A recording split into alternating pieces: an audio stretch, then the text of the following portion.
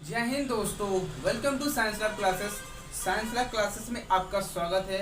जैसे कि आप जानते हैं, हम लोगों ने पॉलिटी में सुप्रीम कोर्ट की बारे में अच्छे से हम लोग पढ़ रहे थे और हम आज आपके लिए लेके आए हैं न्यू क्लास पॉलिटी की। इसके बारे में हम लोग अच्छे से पढ़ेंगे।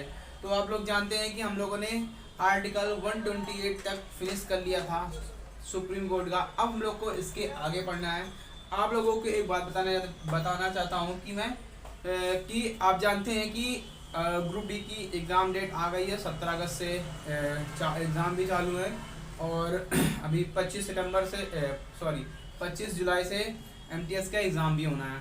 तो उसी के देखते हुए हम लोग सारी क्लास को अटेंड करेंगे और हम लोग जो मेन फोकस रहेगा वो किसके लिए रहेगा, ग्रुप डी के लिए रहेगा। क्योंकि ग्रुप डी का जो एग्ज़ाम होना है वो बहुत सारे फेज में होना और ये बहुत दिनों तक ही चलेगा। इसमें मेरा भी एग्ज़ाम है और मुझे भी तैयारी करनी है। तो बिना देरी किए हुए आज क्लास को स्टार्ट करते हैं। अगर मेरे चैनल पर नए हों तो कृपया मेरे चैनल को लाइक एंड सब्सक्राइब कीजिए, वरना शेयर कीजिए।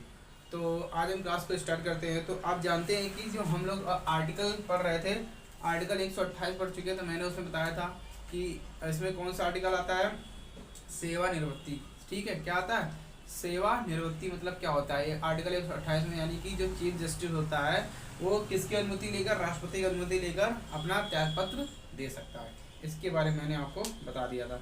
अब मैंने आप लोगों को बताया कि इसके बाद जो आर्टिकल में पढ़ना है, आर्टिकल नंबर है 129। कौन सा पढ़ना है, आर्टिकल नंबर 129। तो आर्टिकल नंबर 129 क्या होता है, तो आर्टिकल नंबर 129 ये होता है कि जो भी न्यायालय की अवमानना करता है, ठीक, क्या करता है, अवमानना करता है, अवहेलना करता है, तो इसलिए सुप्रीम कोर्ट को क्या बोला गया है, अभिलेखी न्यायालय बोला गया, यानी कोर्ट ऑफ रिकॉर्ड। यानी कि यहाँ पे अगर आपसे पूछा जाए कि ऐसा कौन सा आर्टिकल है जिसमें सुप्रीम कोर्ट को क्या बताया गया है, अभिलेखी न्यायालय। क्या बताया गया है, अभिलेखीय न्यायालय, अभिलेखी कोर्ट। ठीक, क्या बताया गया, अभिलेखी कोर्ट, यानी कि कोर्ट ऑफ रिकॉर्ड। क्या बोला गया इंग्लिश में से, कोर्ट ऑफ रिकॉर्ड, ये बोला गया। बस समझ में आ गई ना। तो कोर्ट ऑफ रिकॉर्ड बोला गया। तो ये था आर्टिकल नंबर 129। सुप्रीम कोर्ट को अभिलेखी न्यायालय भी बोला गया है। अब इसके बाद जो नया आर्टिकल आएगा वो आता है आर्टिकल नंबर 130। तो ये क्या है, आर्टिकल नंबर 130। इसमें क्या आता है, प्लेस ऑफ सुप्रीम कोर्ट। इसका मतलब क्या आता है, अगर चीफ जस्टिस ऑफ इंडिया, ठीक है, क्या, chief justice of India Bharat के किसी भी जगह पर है, अगर वो सुप्रीम कोर्ट के जो दिल्ली में सुप्रीम कोर्ट है, अगर वो वहाँ न्याय नहीं करना चाहते हैं और वो कहीं पर हैं, दूर हैं, कहीं पर हैं, तो राष्ट्रपति की सलाह लेकर वो किसी भी कोर्ट में सुनवाई कर सकते हैं। यानी कि कहने मतलब क्या, अगर राष्ट्रपति कहीं गुजरात में है, ठीक है, तो वो नहीं पहुंच पाया वहाँ पे, तो वो राष्ट्रपति जी से सलाह लेंगे और राष्ट्रपति से सलाह लेने के बाद क्या हो जाएंगे, वहीं पे उनको केस की सुनवाई करने लगेंगे, यानी कि हाई कोर्ट में, उनके कौन से, हाई कोर्ट में। तो ये होता है आर्टिकल 130। यानी कि राष्ट्रपति की सलाह, किसकी सलाह लेंगे, वो राष्ट्रपति की सलाह लेंगे, किसकी एडवाइस लेंगे, राष्ट्र यानी कि प्रेसिडेंट की सलाह लेंगे। किसकी सलाह लेंगे, प्रेसिडेंट की। और प्रेसिडेंट की सलाह लेंगे और कहीं भी वो क्या कर सकते हैं, भारत के कहीं पर सुनवाई कर सकते हैं। ठीक है, कौन, चीफ जस्टिस कहीं पर सुनवाई कर सकते हैं। ठीक है, बात समझ में आ गई ना, वो कहीं पर भी सुनवाई कर सकते हैं, ये बात। ठीक, तो ये था आर्टिकल नंबर 129 और आर्टिकल नंबर 130। तो यहाँ से अब इनके आर्टिकल 130 तक तो खत्म होते हैं। अभी हम लोग को आगे भी पढ़ना है। आगे क्या पढ़ना है, आगे हम लोग को पढ़ना है इनकी क्या, कार शक्तियाँ पढ़नी है। वेरी मोस्ट इंपॉर्टेंट, इनकी कार व शक्तियाँ क्या होती है, बहुत ही इंपॉर्टेंट है, पेपर में आता भी है। तो सबसे पहले जो कार व शक्तियाँ हैं, यानी कि वर्क और पावर, क्या पढ़ना हम लोगों को, वर्क और पावर, यानी कि मूल अधिकारता, यानी कि ओरिजिनल ज्यूरिडिक्शन। तो ये क्या होता है, तो सबसे पहले हम लोग को यहाँ पे क्या हेडिंग डालनी है, वर्क एंड पावर। ठीक, राष्ट्रपति जी की वर्क और पावर क्या होती है। तो सबसे पहली बात यही आती है मूल अधिकारता। तो मूल अधिकारता मतलब क्या होता है, अभी आपको पता लग जाएगा। तो सबसे पहला नंबर पढ़ेंगे हम लोग क्या, मूल अधिकारिता। ये क्या होता है अभी मैं बताता हूँ। इसको इंग्लिश में बोलेंगे ओरिजिनल ज्यूरिडिक्शन, ठीक है, ओरिजिनल ज्यूरिडिक्शन ये क्या होता है। और मूल अधिकारिता जो होता है उसे आर्टिकल नंबर 131 में रखा गया है। किस में रखा गया है, आर्टिकल नंबर 131 में। इसमें क्या होता है, सबसे पहला पॉइंट, जैसे कहीं पे वाद विवाद हुआ है, सबसे इसका पहला पॉइंट क्या हो जाए, कहीं पे क्या हुआ, वाद विवाद मतलब झगड़ा, ठीक, क्या झगड़ा। इसका मतलब ये है किस कोई वाद विवाद हुआ है और किस चीज को लेके वाद विवाद हुआ है। जैसे यहाँ पे बोल दिया जाए कि कहीं पे आपस में लड़ाई हो गई, ठीक है, या पड़ोसी से लड़ाई हो गई, तो इन सब केसों में हम लोग सुप्रीम कोर्ट नहीं जा सकते हैं, ठीक। ये तो जैसे सेशन कोर्ट हो गए, जिला है ना, डिस्ट्रिक्ट कोर्ट हो गए, इनमें तो हम लोग जा सकते हैं। मगर जो बड़े बड़े जो केस होते हैं, जैसे केंद्र और स्टेट के बीच कोई झगड़ा हो गया, सेंटर और स्टेट के बीच, ठीक है, यानी कि केंद्र की अलग पार्टी और स्टेट की अलग पार्टी, इन दोनों के बीच कोई झगड़ा हो गया, तो कोई जगह से रिलेटेड हो गया, सीमा में परिवर्तन से रिलेटेड कोई झगड़ा हो गया, ठीक। तो इनके बीच भी जो भी वाद विवाद होगा तो उन्हें सुलझाने के वर्क कौन करता है, सुप्रीम कोर्ट करता है। कौन करता है, सुप्रीम कोर्ट। इसलिए हम लोग सीधे कहाँ जा सकते हैं, सुप्रीम कोर्ट जा सकते हैं। तो हम लोग कहाँ सीधे सुप्रीम कोर्ट जा सकते हैं। कहाँ जा सकते हैं, सुप्रीम कोर्ट। तो हम लोग क्या करेंगे, अब सीधे सुप्रीम कोर्ट जा सकते हैं। तो इसके बीच क्या होगा, अब किसके बीच झगड़ा हुआ, सेंटर और स्टेट के बीच में, यानी कि केंद्र किसके बीच, सेंटर और स्टेट, यानी कि राज्य और केंद्र के बीच में जो भी बवाल होगा, ठीक, जो भी झगड़ा होगा, उसे सुलझाने का वर्क कौन करेगा, हमारा सुप्रीम कोर्ट करेगा। कौन करेगा, सुप्रीम कोर्ट। तो केंद्र और राज्य के बीच, बात समझ में आ गई ना। दूसरी बात क्या है, अगर ये तो होगा केंद्र और राज्य के बीच, ठीक। अगर राज्य और राज्य यानी कि स्टेट और स्टेट के बीच अगर झगड़ा हो तो क्या होगा, तो दूसरा पॉइंट ये भी बन जाता है कि सेकेंड पॉइंट क्या होता है, जैसे एमपी है, ठीक है, क्या है ये, एमपी है और ये यूपी है।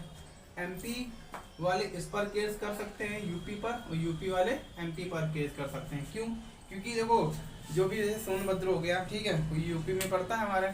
अब जो अगर एमपी सरकार चाहे तो केंद्र में ले जाके क्या कर सकती है, सोनभद्र को एमपी में ला सकती है। अगर यूपी में ऐसा नहीं हो रहा, नहीं किया जा रहा कानून, तो क्या इन पर केस कर सकते हैं यूपी वाले, ठीक है।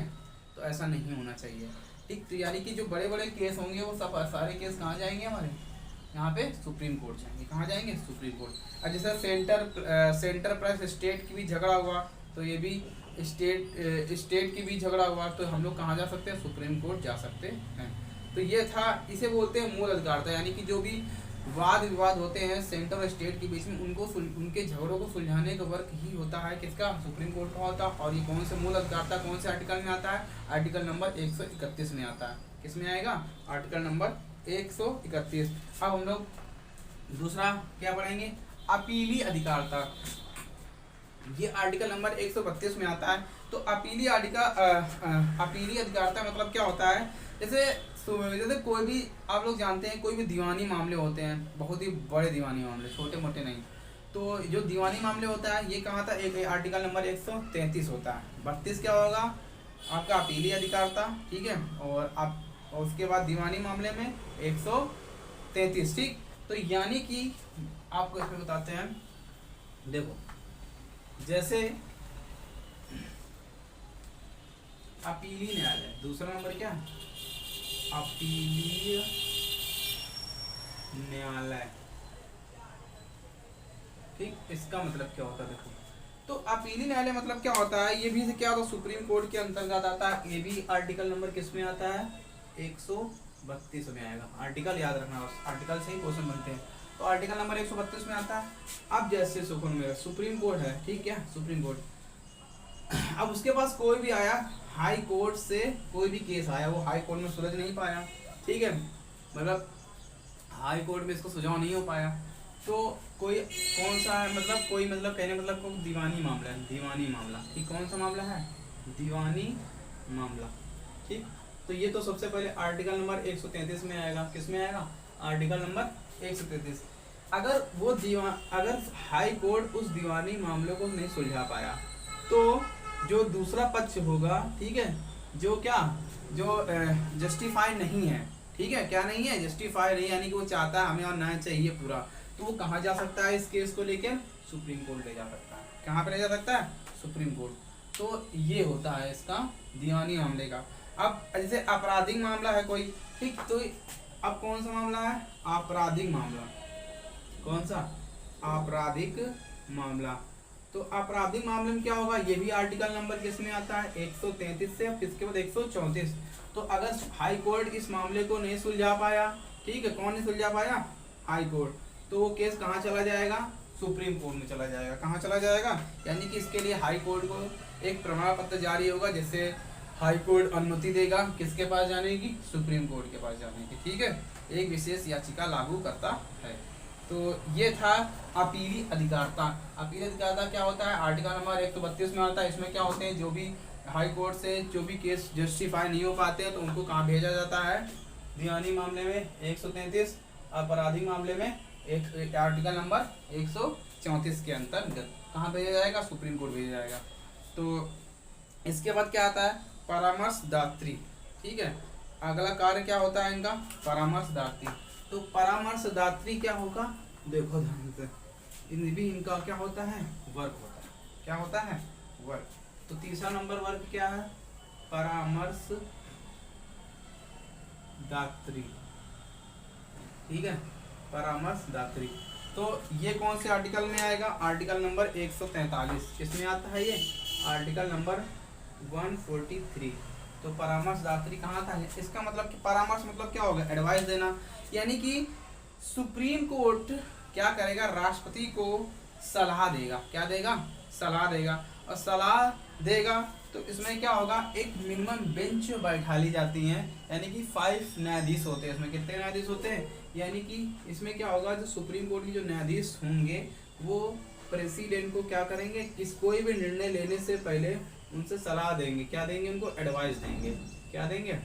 सलाह देने का कार्य करेंगे, ठीक है। प्रेसिडेंट को क्या करेंगे? सलाह देना, ठीक है। क्या देते हैं? सलाह देना। इसके लिए एक बेंच बैठा ली जाती है, ठीक है। इसमें से कितने न्यायाधीश होते हैं? 5 न्यायाधीश होते हैं। कितने न्यायाधीश होते हैं? 5 न्यायाधीश। अगर आपसे पूछा जाए आर्टिकल नंबर 143 में जो बेंच बैठा ली जाती है तो उसमें कितने न्यायाधीश भाग लेते हैं? 5 न्यायाधीश भाग लेते हैं सुप्रीम कोर्ट के। एक तो चीफ जस्टिस ऑफ इंडिया होते हैं। तो ये हो गया इनका क्या? आप परामर्शदात्री हो गया। क्या हो गया? परामर्शदात्री। तो आज का वीडियो यहीं तक रखते हैं। उसके बाद अभी एक आपका और बचा है, जो राष्ट्रपति क्या जारी करता है? रिट जारी करता है। क्या जारी करता है? वो हम आपको अगली क्लास में पढ़ाएंगे। तो आज का वीडियो यहीं तक आपको ख़त्म करते हैं। बाकी इसके बाद जो नेक्स्ट क्लास में वो क्या कहते हैं, सुप्रीम कोर्ट आपका ये ख़त्म हो जाएगा। उसके बाद हम लोग पढ़ेंगे क्या? फंडामेंटल राइट पढ़ेंगे। क्या पढ़ेंगे? Fundamental right. तो फंडामेंटल राइट से बहुत सारी क्वेश्चन आते हैं, तो हम लोग अब डेली वीडियो को अपलोड करते रहूँगा मैं। और क्योंकि पेपर भी पास आ रहे हैं, क्योंकि 1 महीने के अंदर अंदर क्वालिटी को ख़त्म करना है, ठीक है। तो अगर मेरे चैनल पर नया हो कृपया मेरे इसको लाइक और सब्सक्राइब कीजिएगा। और वीडियो आपको पसंद आया है तो कमेंट करके बताइएगा कैसा लगा आपको। तो आज के लिए जय हिंद, जय भारत।